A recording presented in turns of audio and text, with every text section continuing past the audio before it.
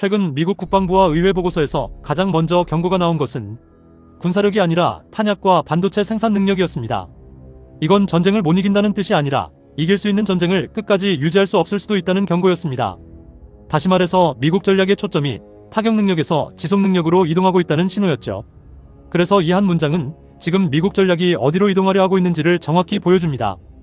미국은 이제 혼자서 이 체제를 유지할 수 없다는 걸 인정하기 시작한 겁니다. 세계의 경찰국가이자 패권국 미국이 이런 표현을 쓰기 시작한 건 약화 선언이 아니라 전략 전환 선언에 가깝습니다. 많은 사람들은 지금 벌어지는 세계 질서의 변화 구조를 단지 미국과 중국의 충돌로 설명하고 이해하려 합니다.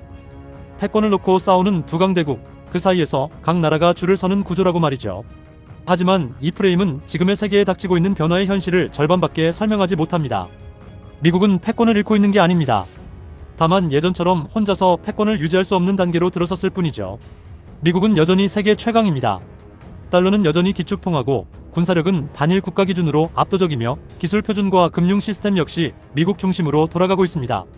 하지만 그들에게 당면한 문제는 미국이 감당해야 할 부담이 과거와 비교할 수 없을 만큼 커졌다는 점입니다.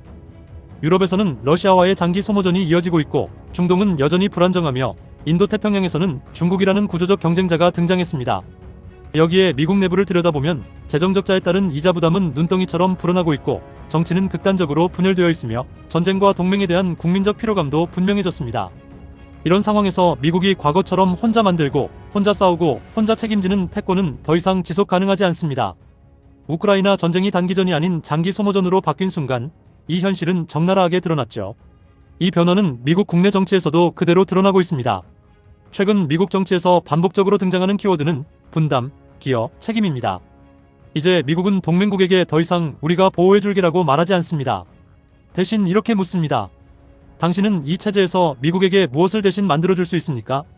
전쟁의 위기가 길어질 때 어디까지 버텨줄 수 있습니까? 그리고 이 질문은 미국의 약화가 아니라 미국 전략의 현실화에 가깝습니다. 이건 미국이 원해서 바꾼 외교가 아닙니다. 미국 내부 구조가 버틸 수 없어서 바꾸게 만든 선택입니다. 그렇다면 중국은 어떨까요? 거대한 시장, 막대한 생산 능력, 군사력 확대, 생산력과 거대 자금을 이용한 전세계적 영향력 확대. 겉으로 보면 중국은 세계 유일의 미국 대항마처럼 보입니다. 하지만 중국 역시 심각한 내부 문제를 안고 있습니다. 부동산 시장의 구조적 붕괴, 지방정부 부채, 청년 실업, 인구 감소, 그리고 정치적 통제 강화로 인한 혁신 동력의 약화입니다.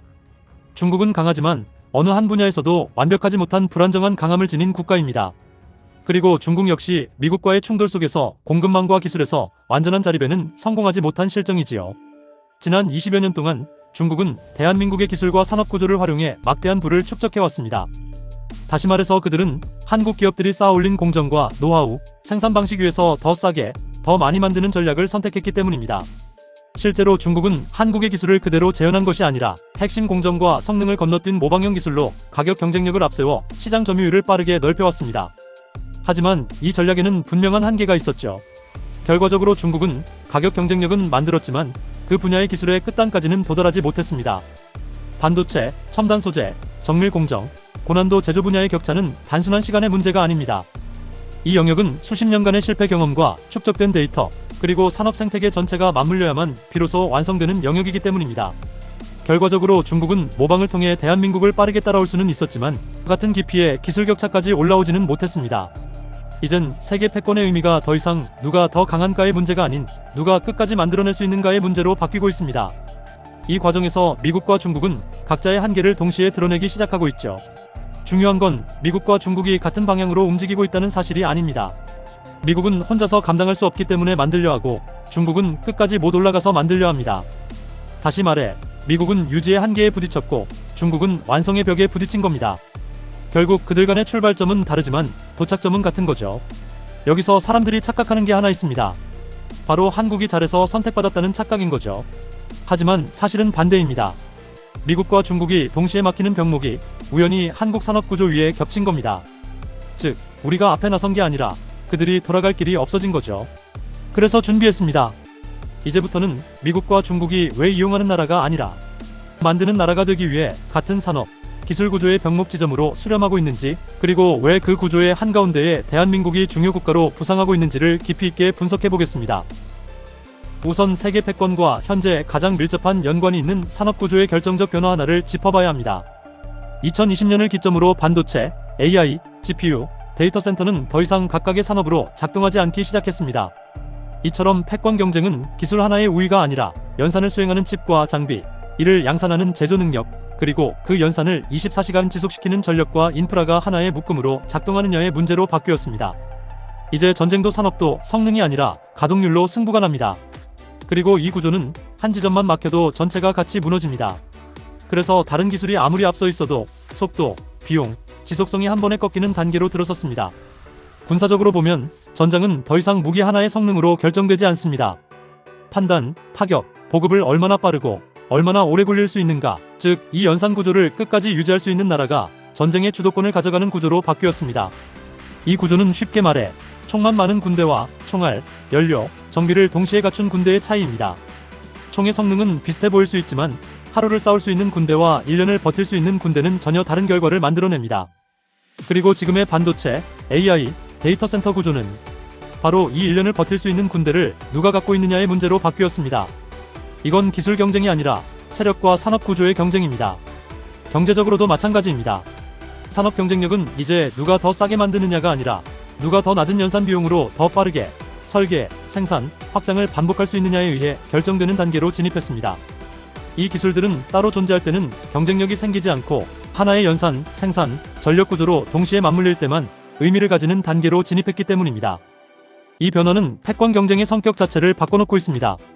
이제 경쟁의 핵심은 기술을 얼마나 잘 이용하느냐가 아니라 이 복합 구조를 처음부터 끝까지 직접 설계하고 안정적으로 유지할 수 있느냐의 문제로 옮겨갔습니다.